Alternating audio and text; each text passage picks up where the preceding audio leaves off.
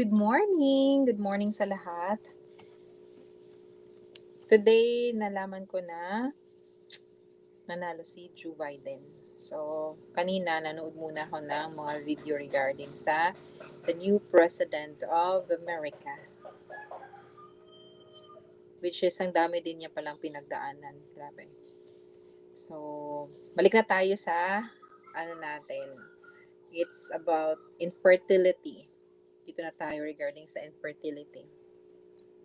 Infertility, about 90% of couples having unprotected intercourse will conceive within a year.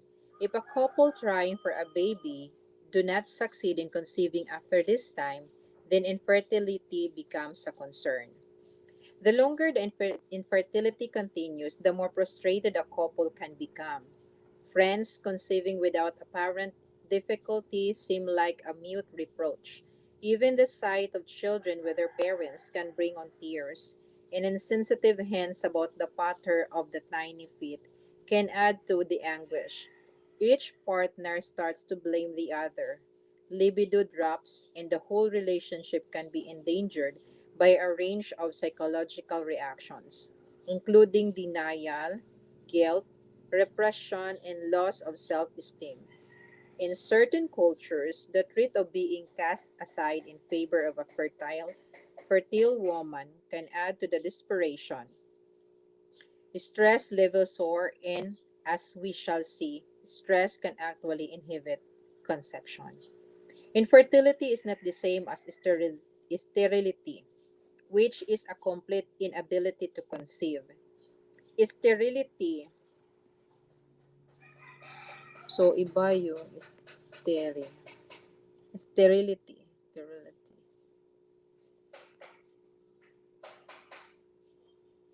Iba siya sa infertility. So, hindi na talaga mag-conceive. Sterility in women may have several causes, such as an unnatural small uterus, hormonal problems, lack of ovulation, or a major ovarian disorder. And these possibilities should be investigated so that they can be ruled out or treated. Infertility is simply the decreased inability to conceive. It is not a disease or a syndrome, but a condition or a situation. There are no symptoms and sometimes no cause can be found. The only way of knowing that a particular treatment is working or not is when a baby is conceived.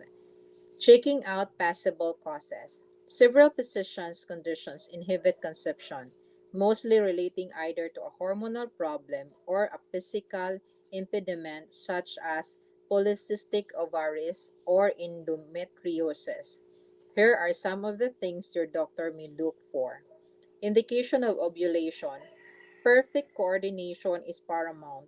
If ovulation does not take place, there will be no egg to fertilize. And if the lining of the uterus is not prepared to receive a fertilized egg, there will be no pregnancy.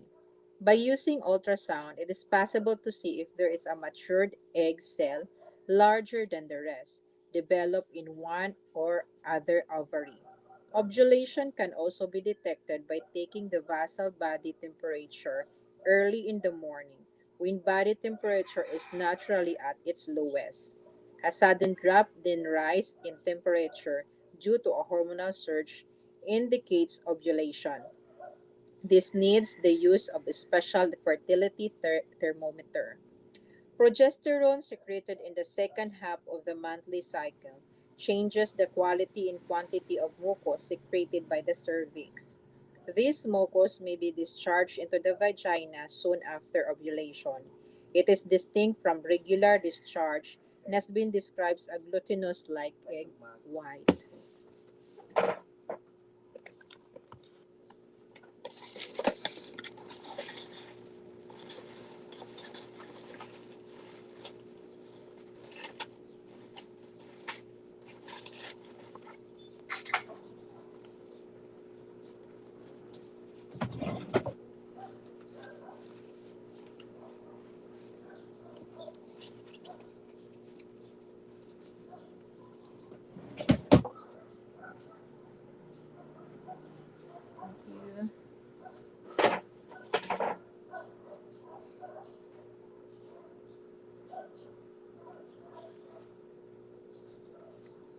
Glutinous. Ano siyang glutinous.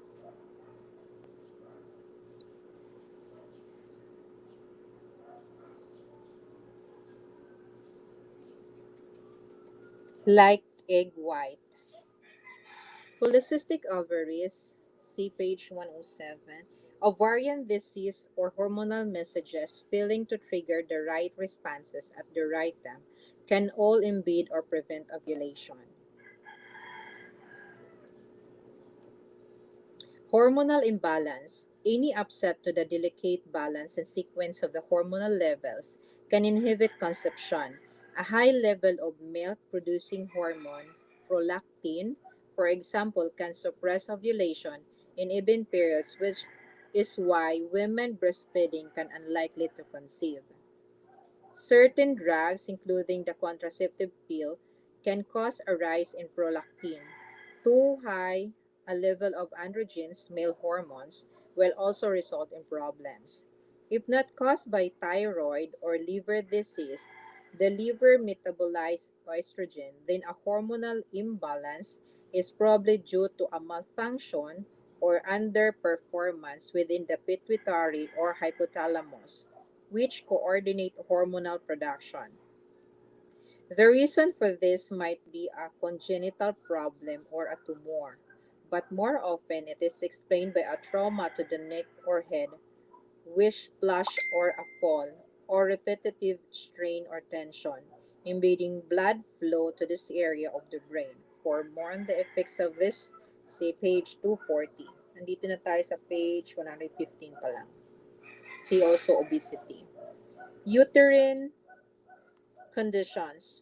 As menstrual flow that is good and lasts for 4 or 5 days indicates that the lining of the uterus, endometrium, developing each month is thick enough for implantation to occur.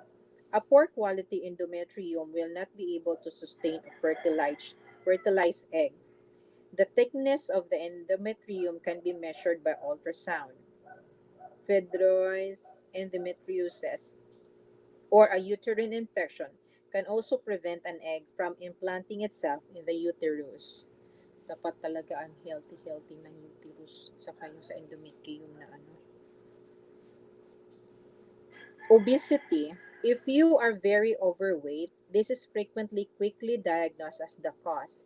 It may at first seem an odd link, as many very large women also get pregnant without problems. However, as the chapter on weight control explains, obesity can have several causes.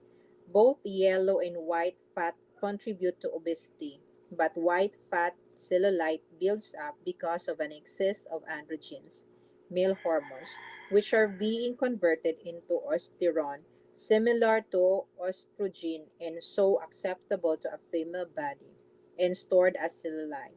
Excess female hormones are similarly stored, so obesity that is predominantly white fat indicates a hormonal imbalance. Polycystic ovaries and adrenal problems can be at the root of this. The hormone leptin, which is synthesized by fat cells, has also been blamed for suppressing ovulation. Stress. Stress, there is one contributory factor towards infertility that I have not yet mentioned. Stress, not every woman you might classify as highly strung, driven, or overworked has a difficulty becoming pregnant, but the role stress plays in inhibiting conception is widely recognized. There are many anecdotal examples. Many couples who adopt open subsequently bear children naturally. Once the stress of deadlines, guilt, dilemma, and pressure on relationships are taken away, conception often becomes much easier. At the time that East Pakistan was liberated to become independent Bangladesh, I happened to do some volunteer work with the refugees near Calcutta. Many women reported being raped by soldiers. A doctor working with the refugees said that although thousands were raped, only 200 or so were reported to be pregnant as a consequences. Considering that a woman can conceive for approximately a quarter of each month, the figure should have been higher. Rape victims are less likely to get pregnant. As a result of an article in the Daily Mail in 1998 featuring some of the mothers I have successfully helped with my method of management of infertility, hundreds of women and couples came to see me. Most have no known cause of infertility, but over 60% were highly stressed and had highly demanding jobs. To some extent, the effects of stress are measurable. A consultant gynecologist friend of mine told me that while doing ultrasonic examinations of the uterus, the slightest pinprick stimulation of the skin caused immediate contractions of the uterine muscles. Physical or emotional pain does affect our involuntary muscles. Just as stress increases the heartbeat and constricts blood vessels, so the involuntary uterine and fallopian tube muscles can also contract due to physical or emotional stress. Both these conditions can be detrimental for conception. Moreover, stress hormones are similar in character to androgens, male hormones, which may explain why putting the body under excessive physical and well as psychological stress, hard training programs, long hours without sleep, seems to decrease fertility. It is sadly ironic that stress can be a barrier to successful conception, and failing to conceive often increase stress level. So wag mag-stress. Hindi maano. Wag ma-stress, hayaan niyo lang yung sinasabi ng iba na ako nga hindi ko na lang isini-stress yung sarili ko sa mga sinasabi nilang mga ba't hindi ka pa nag-asawa, ganyan, attach, attach. Living the life na kasama ko yung mother ko, yung tatay ko, nanay ko, complete na siya. Yung nagiging yung buhay ko dito, nakakapag-serve ako sa mga, dito sa tindahan, kung ano yung mga kailangan ng taong bilhin. Yun na lang ang pinofocus ko. Kasi pag pinofocus mo yung mga sinasabi ng iba, stress ka lang. Kaya, just ignore. Yung pa yung sinasabi ng kapatid ko. Just ignore.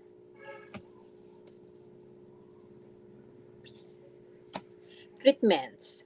There are a number of treatments available for infertility, from drugs and surgery to IVF and egg donations, but success is variable. If failure follows failure, it is easy to get caught up in a desperate chase, trying one treatment after another. The strain, both financial and on your sense of proportions in your relationship, can be very damaging. When treatments don't work, doctors and practitioners are bombarded with sometimes unanswered questions. They bear the brunt of a couple's frustration and can be verbally attacked. Quite naturally, they often become conscious and reluctant to offer further treatment. May kakilala ko na sabi niya nag-undergo na talaga sila sa mga iba't ibang procedure para magka-baby.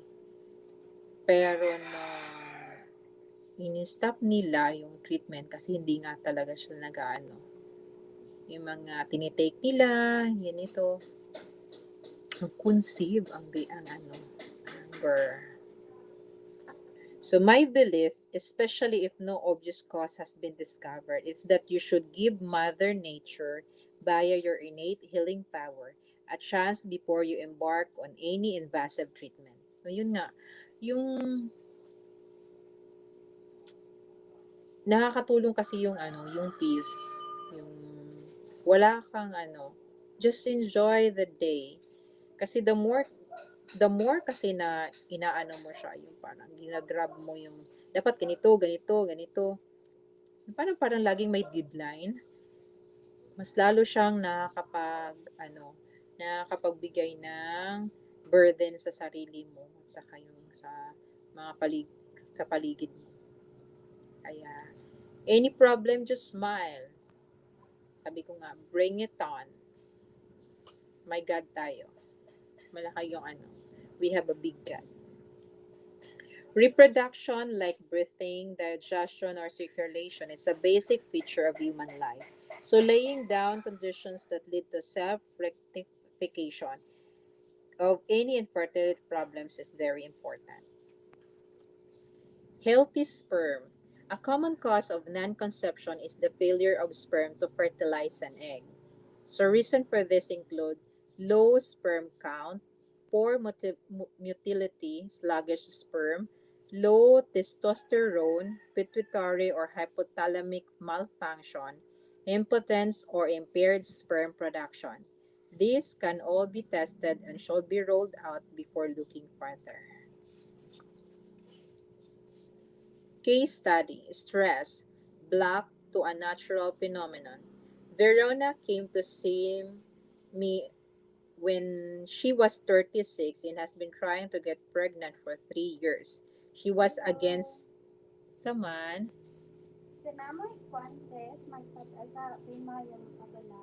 Mm.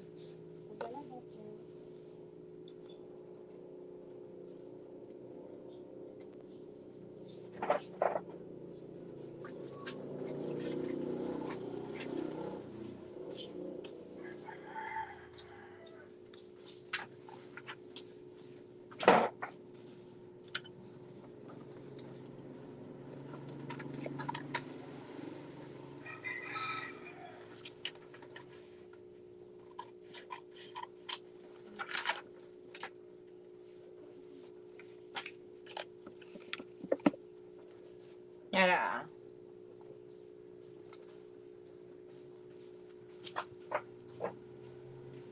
Verena came to see me when she was 36 and has been trying to get pregnant for 3 years. She was against IVF as she was worried about side effects of fertility drugs. She had a regular 28-day menstrual cycle and normal periods lasting for 4 days. When talking to her, I realized that there was nothing wrong about other than a stressful job and home life.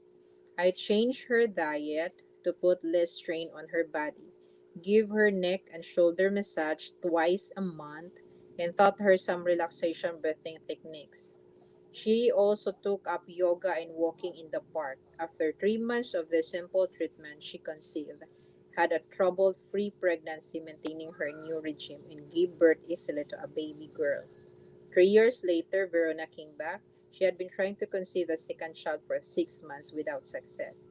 Each failure left her more frustrated, and she worried that at almost 40, that time was running out. I asked her to adopt the same lifestyle change as before, and within a few months she was pregnant. This time it was a boy. Verona's case was mentioned, along with two others, in an article on my pregnancy secrets. In fact, there is no secret. You have to listen to your body's requirements. Good nutrition, stress management, and increased energy levels help to regulate the body's function. Pregnancy is a natural phenomenon and should happen without effort.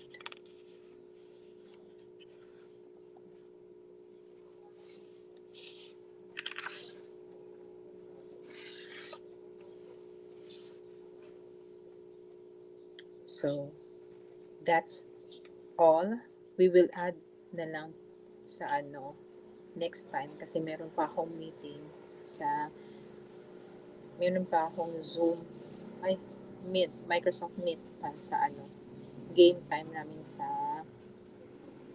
Manila. So, that's all for today about infertility. And have a good day. Bye-bye. God bless everyone. Bye.